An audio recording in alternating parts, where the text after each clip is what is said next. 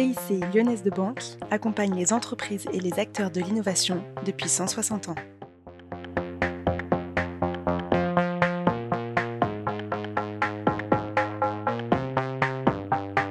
Bonjour à tous et bienvenue dans Pitch Startup Lyon, la nouvelle émission mensuelle de Lyon Décideur dédiée aux jeunes pépites lyonnaises. Pour ce deuxième numéro, nous recevons Baptiste Garcin, fondateur de 10Times, l'atelier lyonnais qui casse les codes de l'horlogerie. Baptiste, bonjour. Bonjour. Est-ce que vous pouvez nous présenter en quelques mots le concept de 10Times ? Alors 10Times, c'est une marque horlogère qui a comme concept de rendre accessible des montres au design de haute horlogerie et qui sont personnalisables. Donc on peut configurer comme on souhaite et on a plus de 2000 configurations possibles.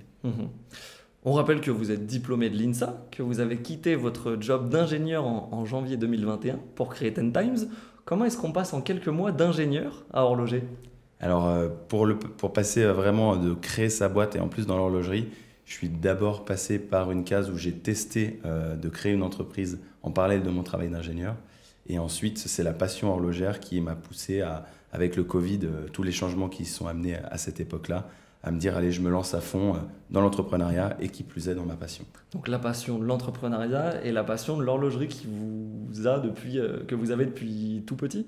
C'est ça, depuis l'âge de mes 7 ans, ma première montre, j'ai plus quitté de ma montre depuis que j'en ai eu une, donc voilà, ça m'a toujours suivi. Et on voit que vous l'avez d'ailleurs au poignet. Tout à fait. Donc vous venez de lancer une nouvelle collection avec des montres au bracelet en cuir de saumon éco-responsable créées à partir des pots récupérés dans des restaurants de sushi de la région lyonnaise.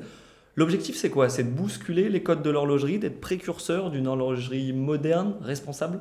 L'idée c'est de montrer qu'en n'étant pas issu de l'horlogerie, là où personne ne nous attend et en ayant seulement 2 ans d'existence, on arrive à faire bouger des lignes, à proposer des bracelets qui sont dans la mouvance de l'éco-responsabilité. Et certes, je suis conscient de ne pas révolutionner le monde, mais c'est un signe qui montre que les grandes entreprises peuvent le faire si moi je peux le faire. Et pour fabriquer ces bracelets, vous êtes associé avec une entreprise de Saint-Fond, c'est ça, qui travaille sur le cuir de saumon, Ictios ? Tout à fait. Ictios, on était avec eux hier soir et ils travaillent les cuirs marins. Donc c'est vraiment des cuirs qui vont être par exemple du saumon ou de la truite, qui vont récupérer, comme vous le disiez, dans des restaurants des restaurants en général de sushi. Et ils récupèrent les peaux et les transforment en cuir. Et après, il y a toute une question de coloris pour faire ce qu'on souhaite. Donc cette nouvelle collection que vous avez lancée hier, elle s'appelle Octis. C'est la suite logique de vos premiers modèles que vous aviez lancés, donc modèle en édition limitée, la 10Times S1, puis la numéro 9 que vous aviez créée en collaboration avec Sony Anderson et qui est sortie au printemps dernier. Les 2 montres qu'on voit passer d'ailleurs toutes les 2 à l'écran maintenant. Parlez-nous un petit peu de ces différentes collections. Qu'est-ce qu'elles amènent pour 10Times ? Il y a 2 choses différentes. La première, c'est vraiment affirmer la S1 avec le cuir de saumon, le premier cuir de saumon sur une montre. C'est la première montre créée avec un cuir de saumon de série. Donc une innovation mondiale pour 10Times. Et une vraie volonté de montrer qu'on est capable de faire des montres qui s'inscrivent dans un mouvement qui est beaucoup plus actuel aujourd'hui et qui respecte plus, on va dire, la mouvance du monde.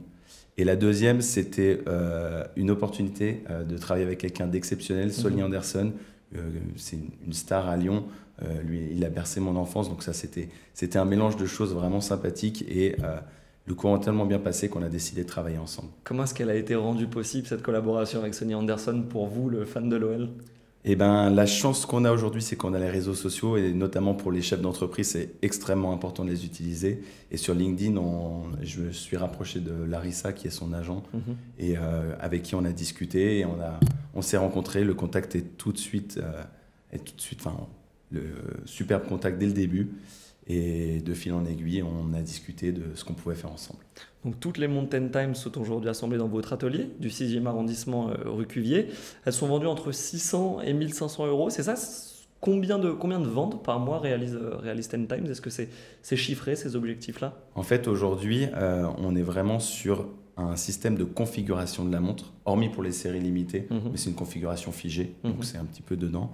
Et l'idée, c'est vraiment de créer une expérience, que les gens viennent, on se pose, en général c'est à peu près 1 heure, et on discute, on essaie de comprendre quel est leur projet, et on assemble la montre ensemble. On la configure ensemble, et ensuite on la lance en production une par une. Donc on est sur encore quelques dizaines de montres par mois aujourd'hui qu'on fabrique. Et c'est des rendez-vous, donc c'est des montres qui sont designées sur mesure. Vous êtes présent pour le rendez-vous et votre équipe, je crois qu'il y a 4 collaborateurs, c'est ça aujourd'hui à 10 Times? Tout à fait. Qui sont présents du coup pour chaque rendez-vous pour personnaliser et cet esprit sur mesure. Qu'est-ce que ça apporte pour le client? Ça apporte un côté vraiment précieux où on vient vraiment s'occuper personnellement de la personne et on l'écoute.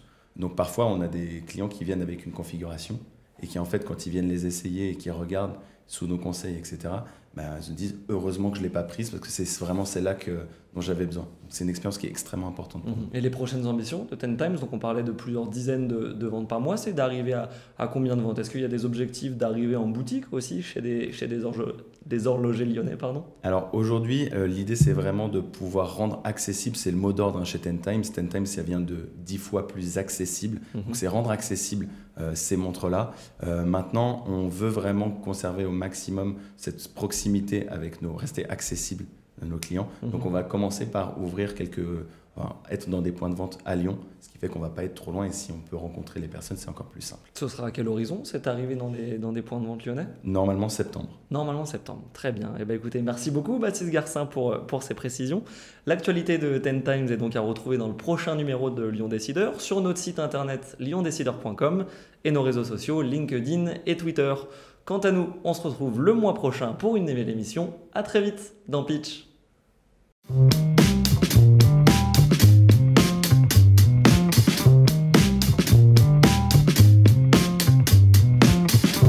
CIC Lyonnaise de Banque, innovons dans un monde qui bouge.